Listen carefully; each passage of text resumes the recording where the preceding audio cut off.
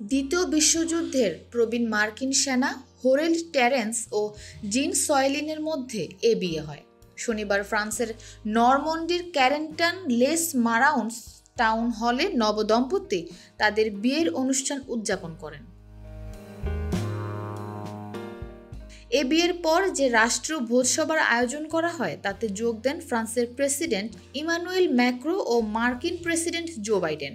বর ও কনের দুইজনের মোট বয়স প্রায় 200 বছর। এ বিয়ের মাধ্যমে এই দুই প্রবীণ পুরুষ ও নারী আবারও প্রমাণ করলেন যে প্রেম চিরন্তন।